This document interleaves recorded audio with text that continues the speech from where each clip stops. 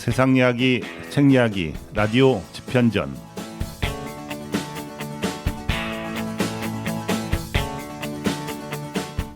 여러분 안녕하십니까? 라디오 집현전의 석훈입니다.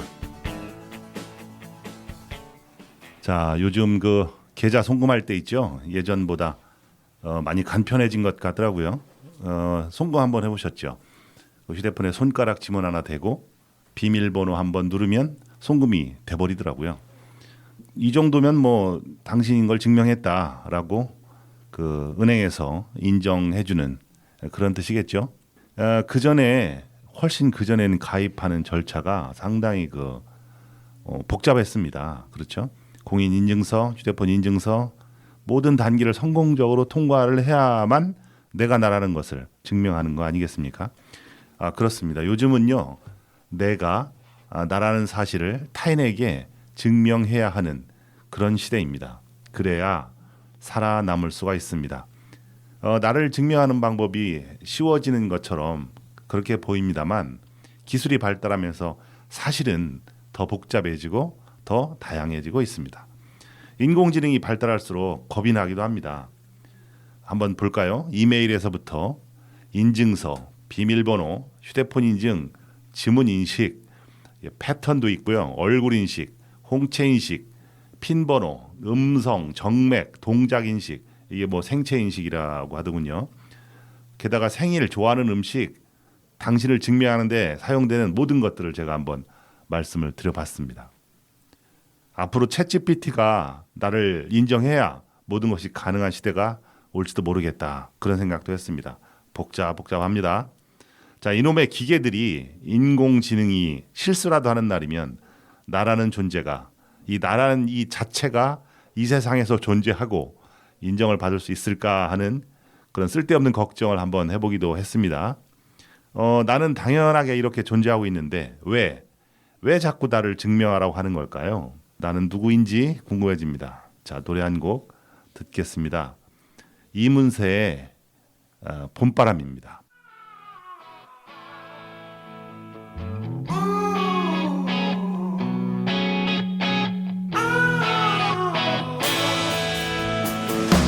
라일락꽃 거리마다 가득 코끝이 아려와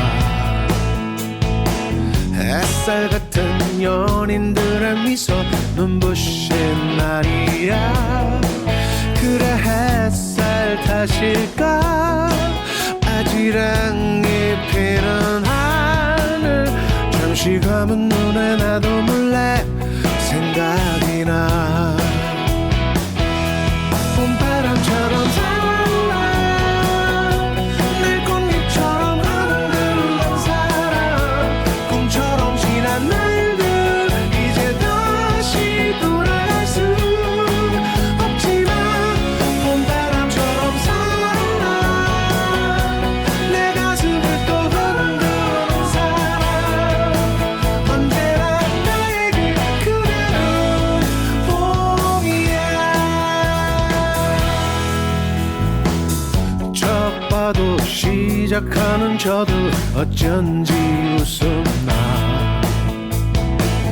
그때 우린 저들 같았을까 떠올려보지만 그런 말 그냥 좋았어.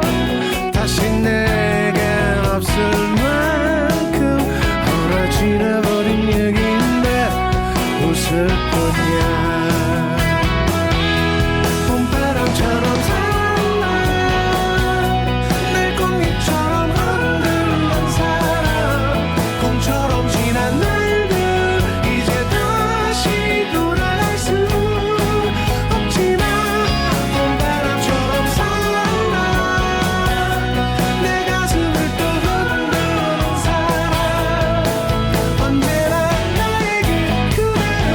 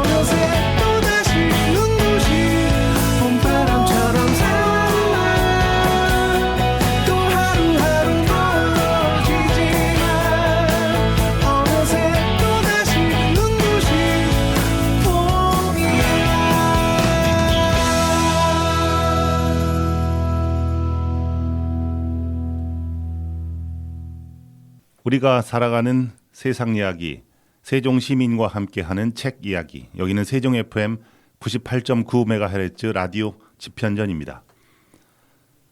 자, 오늘 이야기 참고하는 책은요, 정체성의 심리학이라는 책입니다. 고려대 심리학과 박선웅 교수님이 쓴 책이거든요.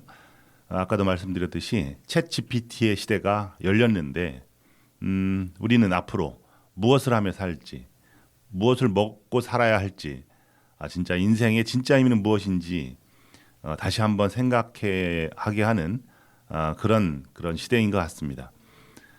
이 책에 그렇게 정말 써 있어요. 앞으로 무엇을 하며 살고 싶은지, 인생의 진짜 의미는 무엇인지 알 수가 없어서 막막한 당신한테 건네는 최고의 조언, 이런 글이 뒤에 쓰여 있습니다. 정체성이죠. 예, 그렇습니다. 젊은 시절에도 그렇고 나이가 들어가서도 그렇고 나는 누구인가, 나는 누구이며 인생의 의미는 무엇인가, 이런 혼란스럽고 방황을 겪을 때가 있습니다. 뭐 나이 들었다고 뭐 혼란스럽지 않은 건 아니니까요. 그렇죠? 이런 문제를 마주할 때마다 그때그때 도움이 되는 그런 책이랄까요?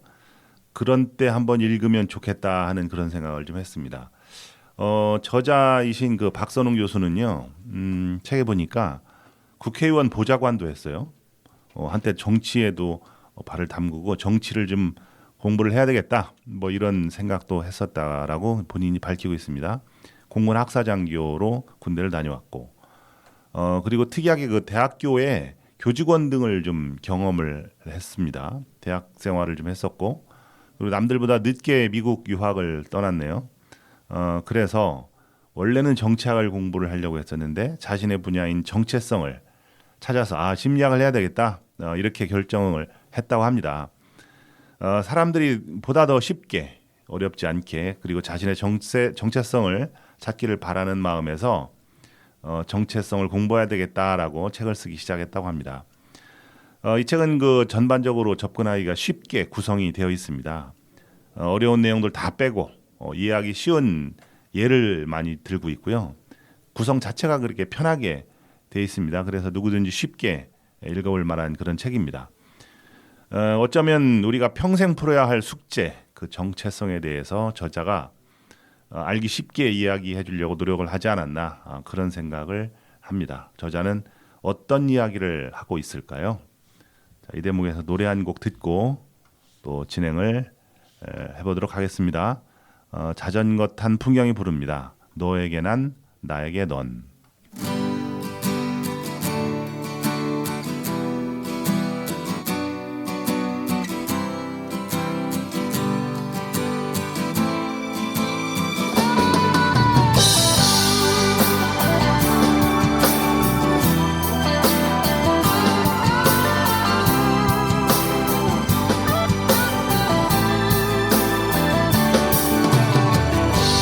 너에게 난 해질녘 노을처럼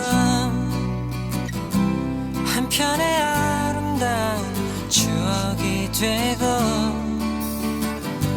소중했던 우리 부르던 나를 기억하며 후회 없이 그림처럼 남아주기를. 나에게는 내 외롭던 지난 시간을 환하게 비춰주던 햇살이 되고, 조그맣던 너의 하얀 손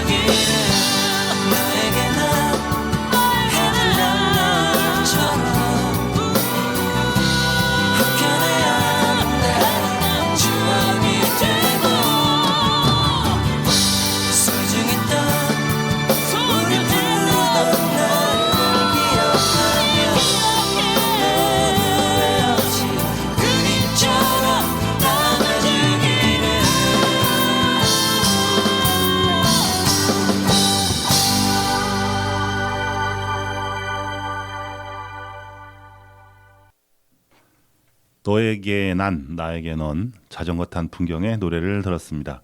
참 좋은 노래인 것 같아요. 그죠? 좀 오래되긴 했는데 옛날 노래긴 한데 이 책을 보면 저자가 예시를 이렇게 들고 있어요. 앞부분에 나온 예시인데 영화에 대한 얘기입니다. 사람들이 영화를 보는데 어떤 영화는 돈이 많이 들어간 영화가 있고 어떤 영화는 조금 들어간 영화가 있잖아요. 그런데 돈이 이제 많이 들어간 영화 주로 이제 유명 배우가 나오고 그리고 또 제작비가 엄청나죠. 어마어마한 제작비를 투입을 하고 그리고 또 촬영도 해외에서 합니다. 또 나가서 해외 로케이션을 해가지고 엄청난 제작비를 투여해서 그렇게 만든 영화가 있는데 그럼에도 불구하고 이제 실패할 때가 있습니다. 영화가 흥행에 실패하는 경우에 사람들은 그 영화를 보고 뭐라고 하냐면 야, 뭐 이래 영화가 주제가 뭐야? 감독이 말하고 싶은 게 뭐야? 이렇게 물어보는 거죠. 그렇습니다. 왜냐하면 상당히 부실한 시나리오 때문에 사람들은 실망을 하는 겁니다. 좋은 영화는요, 좋은 이야기가 담겨 있는 영화입니다. 제가 개인적으로 좋아하는 영화가 있는데 이것도 좀 오래된 영화긴 합니다만 맨 프롬 어스라고 그래서 지구에서 온 사나이라는 영화가 있어요. 되게 유명한 영화거든요. 혹시 보지 못하신 분들 있으면 한번 찾아보세요. 옛날 영화긴 한데 몇 명이 그냥 테이블에 모여서 얘기를 하는 영화인데 시나리오가 그 당시 제가 볼 때는 거의 완벽했어요. 뭐 지금 다시 한번 보니까 막 그렇게 엄청나다라는 느낌은 갖지는 않는데 그럼에도 불구하고 시나리오가 정말 멋지다. 어떻게 이렇게 영화를 풀어낼 수가 있나 하는 그런 감동을 받았던 그런 작품입니다. 그렇습니다. 좋은 이야기는 좋은 영화의 알맹이가 되는 거죠. 저자가 이렇게 물어요. 그런 부실한 시나리오로 제작된 영화를 보면서 사람들은 묻는다 이거죠. 90분짜리 영화를 보면서 영화의 주제가 뭐냐, 감독이 말하고 싶은 게 뭐냐 그렇게 묻는 사람이 정작 90년짜리 자기 인생을 사는데 자기 자신한테는 이런 질문을 왜 던지지 않을까라고 질문을 합니다. 맞지 않습니까? 영화 봐서는 딴지를 그렇게 거는데 자기 인생에 대해서 그런 질문을 던지잖아요. 내 인생이 한편의 영화라면 내 인생의 시나리오는 어떤 것인가? 하고자 하는 얘기가 뭔가 하는 질문을 던지지 않는다. 이렇게 강조를 하고 있습니다. 자, 정체성을 찾아간다는 건 껍데기 안에 감춰진 알맹이를 찾는 것이라고 그래요. 자, 생각을 해보세요. 껍데기가 있고 알맹이가 있는데 껍데기는 알맹이를 보호하기 위해서 있는 거거든요. 알맹이가 껍데기를 보호하기 위해서 존재하는 건 아니죠. 근데 많은 사람들이 착각을 하기를 껍데기를 더 중요하게 여긴다는 얘기예요. 껍데기는 뭡니까? 자기가 가진 직책, 재산, 뭐 자기 주변의 환경, 권력 이런 게 껍데기입니다. 사실 감춰진 알맹이는 자기 내면의 모습이죠. 정체성입니다. 물론 껍데기가 단단해야 알맹이도 잘 보호를 받을 수 있지만 결국 껍데기는 알맹이를 위해 존재하는 어떤 것입니다. 그렇죠? 그 정체성을 찾는다는 것은 그 알맹이를 찾아내는 것이다라고 얘기를 합니다. 나는 누구인가? 사람들은 한 번쯤 질문을 해요. 근데 정작 답을 얘기하는 사람은 거의 없다고 그럽니다. 누군가가 목표를 정해놓잖아요. 그러면 그 목표를 향해서 계속 걸어가는 거예요. 사실 제 삶도 그랬던 면이 많은 것 같아요. 학교를 가고 남자들은 군대를 가고 취직을 하고 아이를 낳고 승진하고 누군가가 짜놓은 시간표대로 살아가고 있는 거. 그러니까 진짜 나는 어디에 있는지 그거를 찾기가 또는 찾는 시간을 갖기가 힘들었다는 겁니다.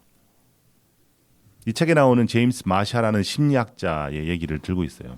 우리가 살아가는데 우리나라 사람들, 특히 우리 주변에 있는 사람들은 정체성을 갖고 살아가느냐, 얼마나 많은 사람들이 정체성을 가지고 살아갈까라고 점검 테스트를 하는 거죠. 이 사람이 정체성을 판단하는 두 가지 요소를 얘기를 하고 있는데 하나는 탐색이고요, 하나는 신념입니다. 탐색은 자신을 탐색하는 거죠. 내가 어떤 사람인지, 어떤 나한테 중요한 게 뭔지를 탐색하는 거고요. 신념은 내가 어떤 사람인지에 대한 확고한 내재화를 시키는 겁니다. 어떠한 신념이 있는지가 중요하다는 거죠. 이 두 가지가 판단 요소가 되는데 이 두 가지가 있고 없음에 따라서 네 가지 형태로 구분을 해놨어요. 그렇죠? 예를 들어서 탐색도 없고 신념도 없다. 이런 사람은 혼비라는 개념을 썼고요. 혼란한 세상을 살아가는 거죠. 탐색은 했어요. 내가 어떤 사람인지 탐색은 했는데 주변으로부터 내 신념이 아니라 주변 사람의 신념이 주어든 상태를 폐쇄라는 존재로 썼고요. 세 번째는 탐색은 했지만 신념을 가지지 못한 상태, 이런 건 유예라는 말을 썼습니다. 유예되고 있다. 그리고 마지막으로 자신을 탐색해서 자신의 신념을 확고히 가진 상태, 둘 다 있는 거죠. 탐색도 있고 신념도 있고, 이런 상태를 획득이라는 말로 표현을 했습니다. 그래서 정체성의 상태는 네 가지가 존재하는데 안타깝게도요, 미국에 비해서 한국은 그 점수가 현저히 낮은 수준이라고 합니다. 특히 20대 같은 경우에는 90% 이상이 폐쇄 또는 혼미에 해당한다는 거예요. 그럴 것 같습니다. 제가 판단을 해봐도 20대까지 성장할 때 우리 사회에서 단 한 번이라도 자기 자신에 대해서 탐구할, 그리고 내재화시킬 그럴 시간과 기회를 줬는가 반성을 한번 해봐야 됩니다. 그냥 휘몰아치죠. 목표를 정해놓고 대학이라는 목표를 정해놓고 휘몰아치지 않습니까? 당연히 현저히 점수가 낮겠죠. 그렇습니다. 요즘에는요, 나로 사는 것이 정말 중요한 시대입니다. 요즘에는 이제 제가 즐겨보는 채널이 여행 유튜버 채널이 있거든요. 빠니보틀, 곽튜브 이런 자유롭게 여행하는 그런 채널인데, 그 채널을 가만히 보면서 한편으로는 부럽기도 하고 한편으로는 한 인간으로서 자기 정체성을 찾아가는 과정, 그것을 가감없이 본다는 측면에서 공감을 많이 하고 있습니다. 획일적인 잣대를 이제 딱 떨치고 나간 거죠. 곽튜버 같은 경우에는 무슨 러시아 대사관에서 근무했던 이력이 있는데, 러시아와 영어를 활용을 해서 여행 유튜버가 되는 그 과정을 가감없이 담고 있어요. 일반적으로요, 우리가 어떤 특별한 경험이나 그것을 기대를 해서 나를 찾는 게 아니라 상당하게 일반적으로 일상적인 그런 평범한 과정 속에서 정체성을 찾을 수 있다라고 저자가 주장을 합니다. 자, 정체성에 대해서 얘기를 좀 해봤는데 노래 한 곡 듣고 다시 한번 얘기를 합니다. 클래식콰이가 부릅니다. 내게로 와.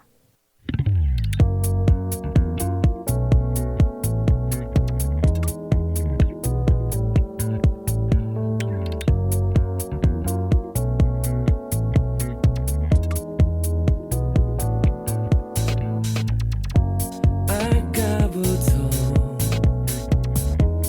널 보고 있는데 혼자일 텐데 뭘 그리 생각해. 짧은 머린 음악에 흔들려 불안한 눈은 누굴 찾고 있는 거야.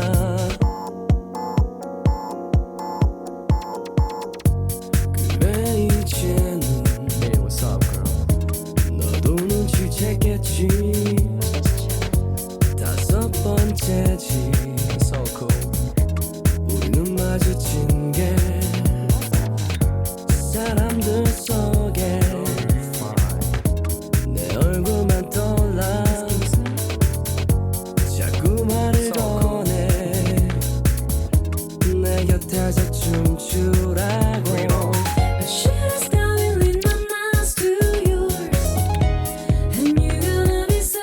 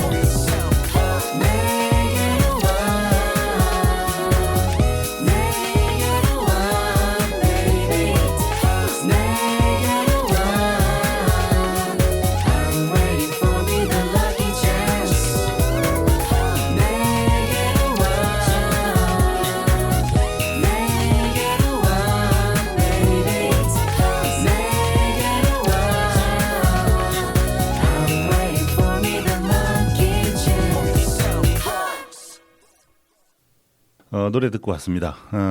크레이지 콰이의 내게로 와를 들었습니다. 정체성에 대해서 얘기를 하고 있는데 이쯤 되면 정체성이 뭔가 정체성에 대한 정의를 좀 내려봐야 될 것 같아요. 정체성을 뭐 사전에서 찾아보면 뭐 아이덴티티, 뭐 본질적인 특성, 그리고 남과 대비되는 어떤 그만에 가진 고유한 특성, 특질, 뭐 이 정도로 얘기를 하고 있는 것 같아요. 그런데 이 책에서 보면 정체성이라는 것을 좀 광범위하게, 그리고 좀 넓은 의미로 해석을 하고 있는데, 자신한테 중요한 것이 무엇이냐, 자신한테 중요한 것이 무엇이냐를 아는 거, 의미가 있는 일이 무엇인지를 이해하는 거, 이것을 바탕으로 해서 내 삶의 방향에 대한 결단을 내린 정도를 의미한다, 이렇게 얘기를 하고 있어요. 물론 뭐 직업이 될 수도 있고 직업이 안 될 수도 있죠. 무조건 직업은 아닙니다. 언제 어디서든 내가 지키고자 하는 삶의 원칙일 수도 있다. 그렇죠. 그리고 어디서 무엇을 하든지 간에 내가 추구하는 삶의 가치일 수도 있다. 이렇게 적고 있어요. 좀 광범위하긴 하죠. 내가 나한테 중요하고 의미 있는 게 뭔가, 그리고 내 삶을 지탱해 주는 게 뭔가 하는 것이 바로 정체성이라는 거죠. 이 책에서 정체성을 가진 자의 특징 3가지를 얘기를 하고 있어요. 특징 3가지가 저는 상당히 인상 있게 읽었는데, 정체성을 가진 사람은 3가지 특징이 있다는 거예요. 어떤 특징이 있을까요? 첫째는요, 이 정체성을 가진 사람은 영혼의 엑스레이 사진을 가지고 있답니다. 영혼의 엑스레이 사진. 이 말이 좀 딱 귀에 꽂혔어요. 엑스레이 사진이 뭐예요? 자기 자신을 살과 뼈를 그대로 그냥 찍어낸 거 아닙니까? 그대로 적나라하게 드러낸 건데, 영혼까지도 찍은 엑스레이 사진을 가지고 있다는 거예요. 그러니까 나에 대해서 확실히 아는 거죠. 내 모든 것, 육체적인 것, 정신적인 것을 스스로 볼 수 있는, 한눈에 보는 객관적인 사진을 가지고 있다는 거죠.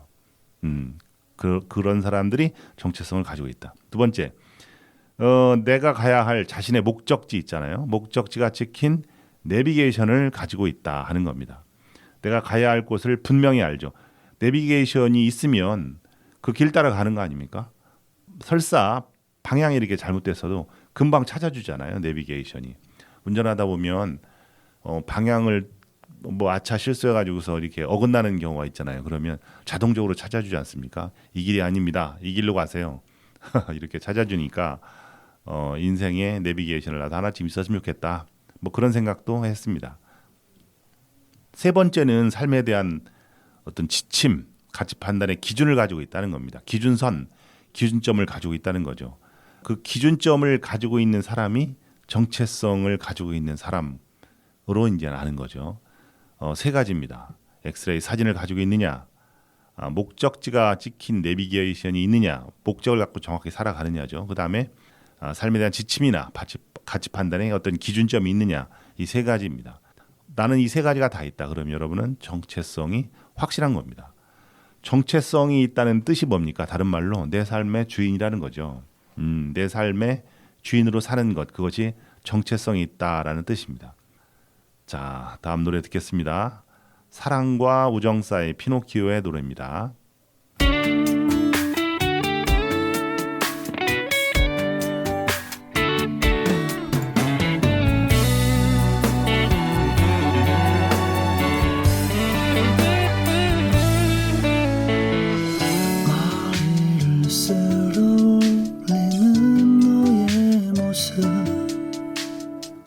시간은 조금씩 우리를 갈라놓는데 어디서부턴지 무엇 때문인지 작은 너의 손을 잡기도 난 두려워.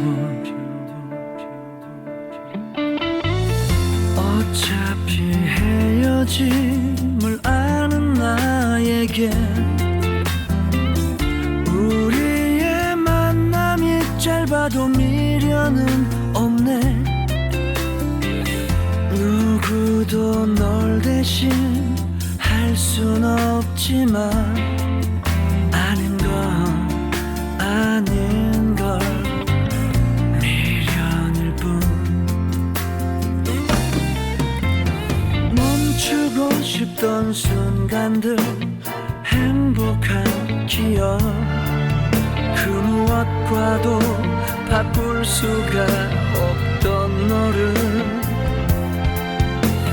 이제 나의 눈물과 바꿔야 하나 숨겨온 너의 진심을 알게 됐으니 사랑보다 먼 우정보다는 가까운 날 보는 너의 그 마음을 이젠 떠나리 내 자신보다 이 세상 그 누구보다 날 아끼던 내가 미워지네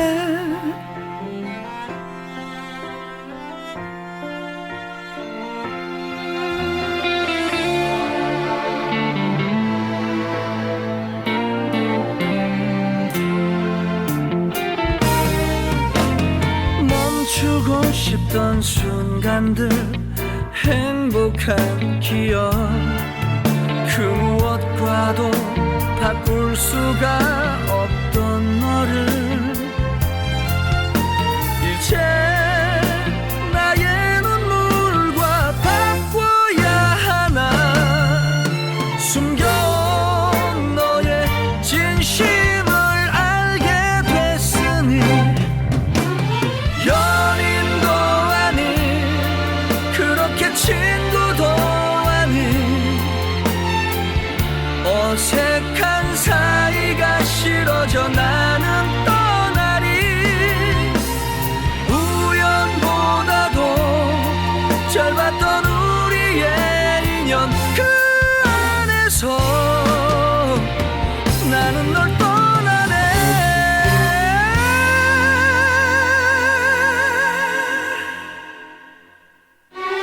사랑보다 먼 우정보다는 가까운 날 보는 너의 그 마음을 이젠 떠나리 내 자신보다 이 세상 그 누구보다 날 아끼던 내가 미워지네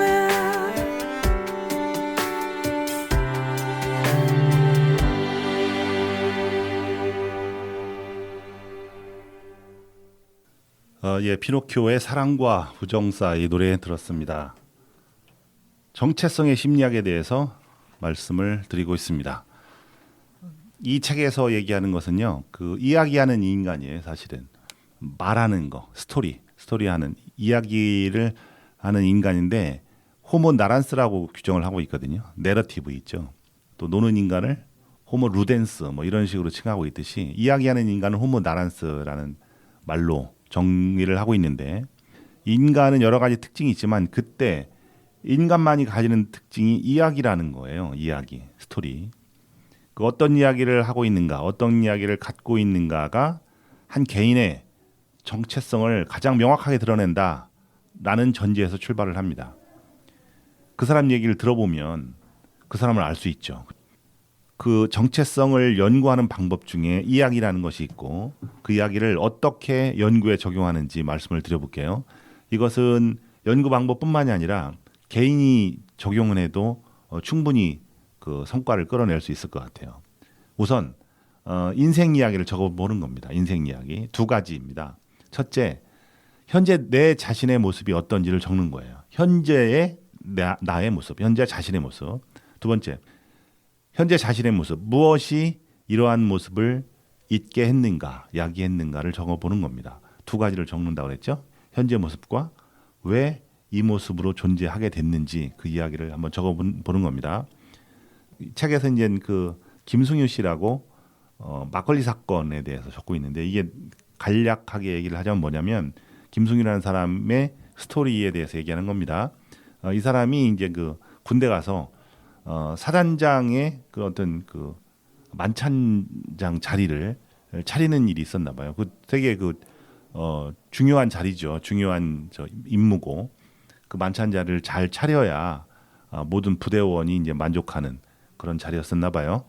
그런데 다 자리를 세팅을 했는데 사단장 비서가 들어와서 한다는 얘기가 야 막걸리는 사단장님이 영일만 막걸리만 마셔 이렇게 얘기를 했다는 거예요. 시간이 다 됐는데 사단장은 와야 되는데 그 막걸리 어디서 구합니까? 영일만까지 갔다 올 수도 없는 얘기고 그런데 그때 사단장 비서가 해결을 했다는 겁니다. 어떻게 그랬냐면 사단장실 가가지고서 그걸 영일만 막걸리를 가져와서 해결을 했다는 거예요. 그러니까 이 김승유라는 사람은 깜짝 놀란 거죠. 자기는 도저히 할 수 없다, 불가능하다 여겼던 거를 그 비서가 일사천리로 처리를 해버렸다는 거예요. 그래서 그 당시 그 사람이 믿음이 생겼다는 거예요.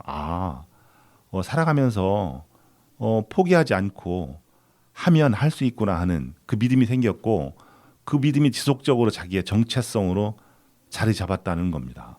그렇죠. 그런 일이 있어요. 그죠? 살다 보면은 그런 일이 생깁니다. 별것도 아닌데 남들은 그 사건을 그렇게 해석을 안 하는데 나는 또 그걸 다르게 해석하는 경우가 있거든요. 제 얘기를 잠깐 드리자면 제가 초등학교 때 그 반에서 수업이 끝나고 청소를 하고 있었어요. 초등학교 때 그때는 이제 저 아이들한테 청소를 하게 하잖아요. 지금은 안 하게 하는 걸로 알고 있는데 우리끼리 청소를 하는데 청소를 하다가 한 친구가 친구들끼리 장난치다 욕을 했는데 선생님이 그 앞에 계셨거든요. 그런데 선생님이 이제 화가 났어요. 선생님이 좀 엄하신 분이었어가지고 왜 친구들끼리 노는데 욕을 하느냐. 욕을 한 사람 앞으로 나와라. 청소를 중지시키고요. 다 책상에 앉게 한 다음에 욕한 사람 앞으로 나와라. 그러니까 어린아이가 나가겠습니까?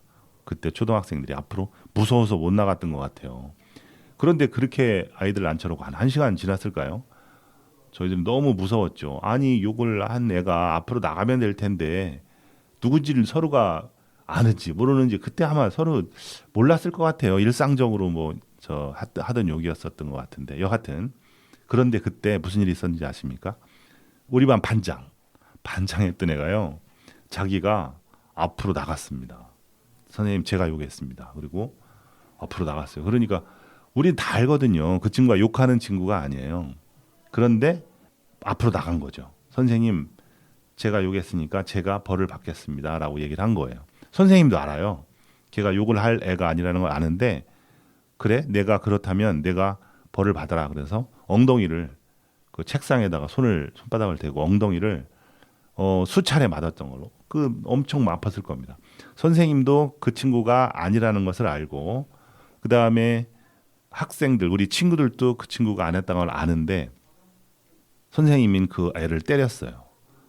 그 사건이 때리고 나서 이제 모든 것이 해제가 됐죠. 해제가 돼서 저희 이제 집으로 돌아갔던 기억이 있는데 그 사건이 저한테는 너무 충격적이었었어요. 어떻게 이 사건을 해석을 해야 될지 어린 저로서는 받아들이기가 힘들었던 거죠. 그래서 그때 정의라는 것이 무엇인지 한번 생각했던 것 같아요. 도덕이라는 것이 무엇인지 그때 고민을 했었고 그 친구가 저한테는 너무 위대한 친구로 보였어요. 그러한 경험, 도덕적이라든지 정의롭다든지 하는 그러한 그 친구가 보여줬던 그 태도, 그것이 저한테 인성에 영향을 미쳤던 걸로 저는 확신을 합니다. 그렇듯이 어떤 이야기가 사람들한테 영향을 미치는 것 같아요. 다른 사람의 이야기를 알아야 그 사람을 온전히 알 수가 있습니다. 그렇기 때문에 자신의 인생 이야기를 잘 엮어내야만 내가 누구인지 알고 비로소 우리 자신을 알 수 있다라고 저자도 얘기를 해요. 만약에 자신의 정체성을 못 찾지 못한다면 고통의 시간이 될 수밖에 없다라고 적고 있습니다. 여러분 나의 이야기는 무엇입니까? 그 A4 용지 한 반장이나 한 장 정도 써가지고 현재 자신의 모습은 어떠한지 내 모습은 어떤 모습인지를 적어보는 겁니다. 그리고 어떤 과정을 통해서 지금의 모습이 되었는지 한번 적어보는 거예요. 어떤 인생이 더 좋고 어떤 인생이 더 나쁘다 이렇게 판단 기준은 없지만 우리는 알아요. 더 좋은 인생 이야기는 있다. 어떤 이야기가 상대적으로 더 좋다. 그거는 판단할 수 있죠. 이야기를 보다 보면 자기 성찰이 없는 그런 이야기가 있다고 그래요. 이런 것은 조금 문제가 될 수가 있겠죠. 여기까지 말씀을 좀 드리고요. 노래 한 곡 듣겠습니다. 전람회가 부르는 기억의 습작이라는 노래입니다. 듣겠습니다. 버틸 순 없다고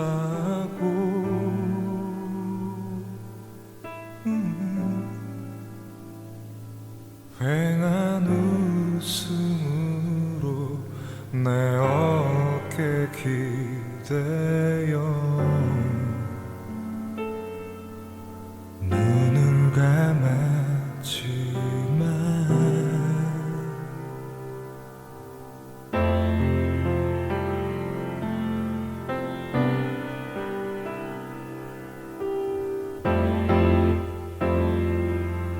이제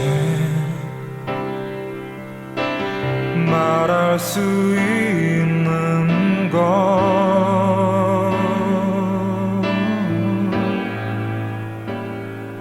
너의 슬픈 눈빛이 나의 마음을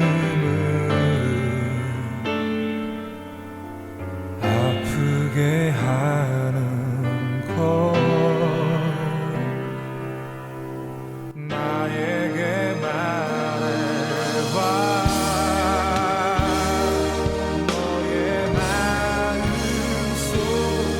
마음속으로 들어가 볼 수만 있다면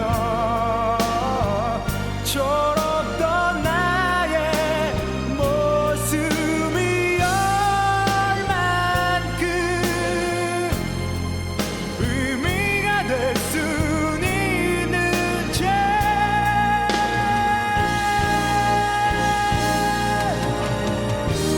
많은 날이 지나고 나의 마음 지쳐갈 때 내 마음속으로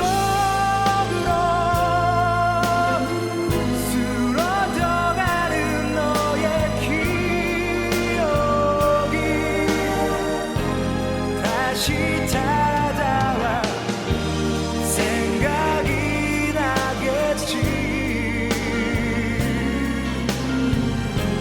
너무 커버린 미래의 그 꿈들 속으로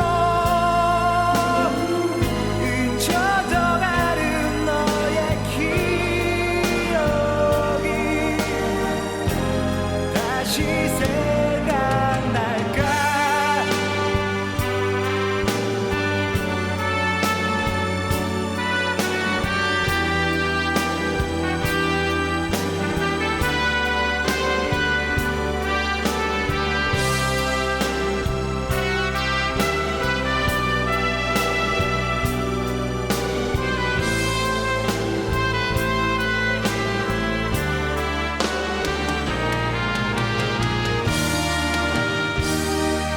너의 마음속으로 들어가 볼 수만 있다면 철없던 나의 모습이 얼만큼 의미가 될 수 있는지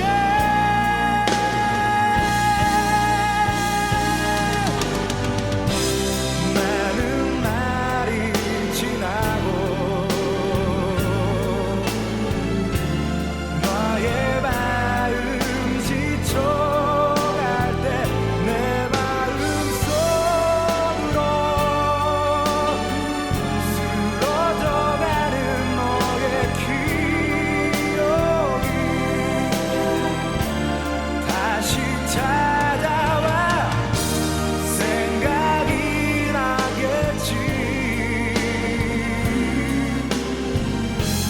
너무 커버린 내 미래의 그 꿈들 속으로 잊혀져가는 나의 기억이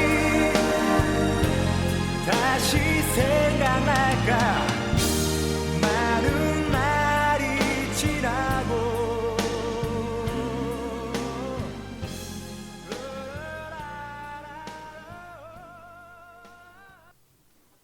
자, 그 정체성에 대해서 지금 얘기를 하고 있습니다. 그런데 이런 의문이 들지 않습니까, 여러분? 정체성 안 찾으면 되는 거 아닌가? 정체성 꼭 찾아야 되나? 그냥 이렇게 살다가 죽으면 안 되나? 그 정체성을 찾는 그것은요. 그 핵심적으로 요약을 한 것을 보면 내가 얼마나 방황하고 얼마나 탐색했나 이것이 중요하지 않다는 거예요. 뭐가 중요하냐? 내가 이 길의 중요성을 얼마나 내면화했느냐 이것이 중요하다는 거냐. 내면화라는 것은 내 일부로 받아들였다 하는 거죠. 내 일부가 되었다. 나와 동일시가 됐다 하는 거죠. 그것이 내면화지 않습니까? 정체성을 얼마나 내면화했는가 중요하지 얼마나 찾아 헤맸느냐 이게 중요한 게 아니다 하는 거예요. 정체성이 왜 중요한가 그 이유를 가만히 보면 많은 연구 결과가 있다고 그럽니다. 정체성이 있잖아요. 그러면 더 행복하답니다. 행복해요. 그리고 자존감도 높다고 그래요. 스스로 존경하는 마음, 자존감도 높고 우울하지도 않고 그리고 스트레스도 스스로 이겨낸다는 그런 연구 결과가 많이 있다고 그럽니다. 그런데 이 저자는 그것을 강조하지는 않고요. 비유적으로 딱 비교를 하는데 이렇게 얘기를 합니다. 나한테 딱 맞는 옷, 자신에게 딱 맞는 옷을 입으면 편하니까, 좋으니까. 아무리 명품 옷을 입었다 치더라도 옷에 안 맞으면 불편한 거 아닙니까? 그렇죠? 남들이 보기에 어떨 줄 몰라도 자기가 불편하면 얼마나 그게 좋은 옷입니까? 그렇지 않잖아요. 비유적으로 자신에게 딱 맞는 옷을 입으면 좋으니까, 편하니까 정체성이 그런 것이다라는 거예요. 원래 우리가 살아오는 이 삶에는 원래 있었던 의미 같은 건 없습니다. 빅뱅을 설명하면서 인류의 어떤 역사를 쭉 써놓은 책이 있어요. 빅 히스토리라는 책 아시죠? 우주의 탄생부터 현대 문명까지 체계적으로 쭉 서술해 놓은 그런 책이거든요. 그 책을 보면 한 140억 년, 138억 년 정도쯤에 빅뱅이라 합니다. 무슨 이유인지 몰라도 아무튼 거기에서 모든 게 시작이 되죠. 그리고 많은 시간이 흐르고 40억 년쯤 돼서야 생명이라는 것이 태어나는데 거기에 무슨 의미가 있겠습니까? 그냥 그랬던 거예요. 물론 종교인은 다른 의미를 찾고 있지만 그것을 제외하고 난다면 아무 의미가 없다 세상에는. 빅터 프랭크의 이야기를 이 책 저자는 좀 얘기를 하고 있는데 빅터 프랭클이라는 사람이 죽음의 수용소에서라는 책을 썼죠. 아우슈비츠인가요? 그 수용소에서 살면서 모든 것이 죽어나가는 그런 삶에서 자기의 의지를 담아서 쓴 그런 책입니다. 이 책이 베스트셀러가 되고 많은 사람들이 읽으면서 좌절하고 절망에 빠진 사람들한테 어떤 하나의 빛과 소금이 됐다라는 그런 책이거든요. 절망의 그 순간에도 희망이 있다. 어떤 존재도 살아가는 의미가 있다 얘기를 합니다. 자신의 경험을 이성적으로 분석하고 그래서 이 사람이 나와서 창시한 것이 로고테라피라는 치료법이죠. 의미를 찾아주는 겁니다. 로고테라피는 의미를 찾아서 삶의 가치를 찾게 해서 목표를 설정하고 그것을 의미 치료라고 이제 이렇게 얘기를 하는데 빅터 프랭클이 의미, 삶의 의미에 대해서 얘기를 하는데 원래 존재하는 의미란 없다 하는 거예요. 우리가 찾아내야 됩니다. 우리 조선시대로 한번 돌아가 볼까요?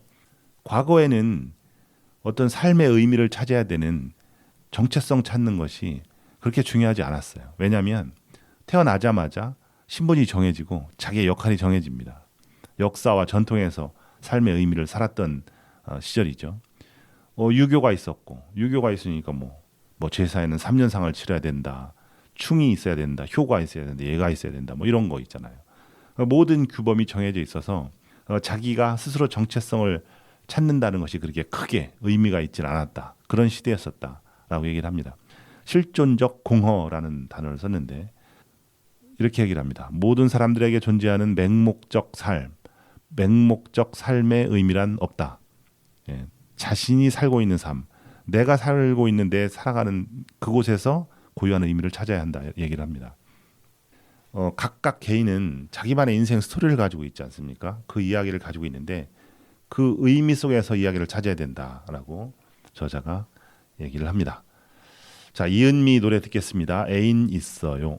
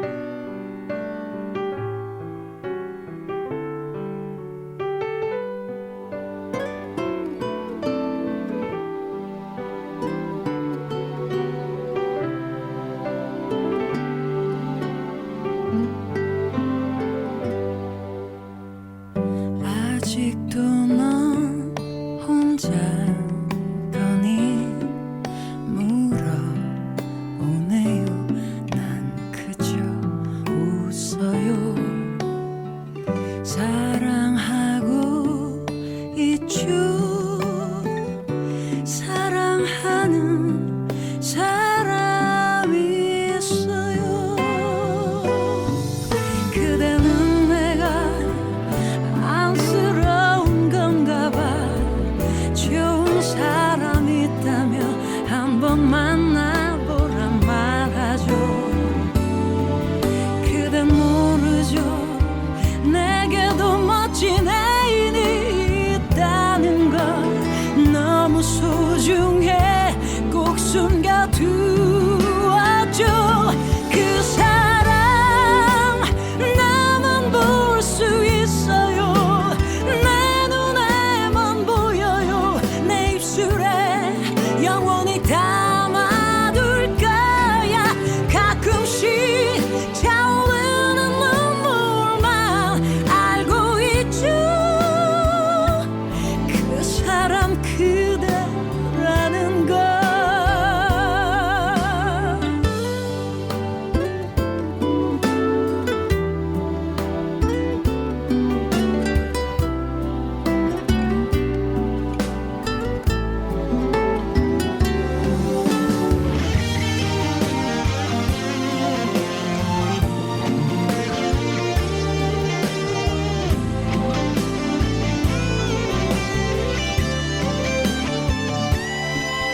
나는 그 사람 갖고 싶지 않아요. 욕심나지 않아요. 그냥 사랑하고 싶어요. 그댄 모르죠. 내게도 멋진 애인이 있다는 걸. 너무 소중해 꼭 숨겨두었죠. 그 사람 나만 볼 수 있어요. 내 눈에만 보여요. 내 입술에 영원히 담아둘 거야. 가끔씩 차오르는 눈물만 알고 있죠. 그 사람 그대라는 걸. 알겠죠.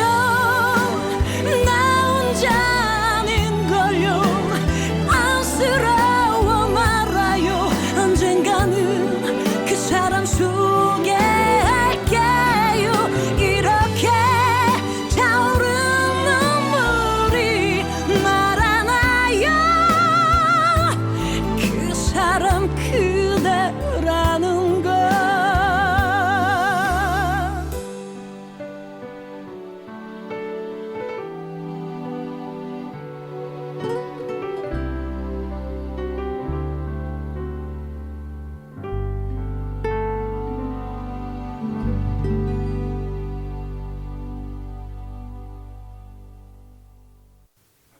이제 영화 버닝 혹시 아십니까? 영화 버닝에서 나오는 그 칼라하리 사막에 사는 부시맨 이야기가 나와요.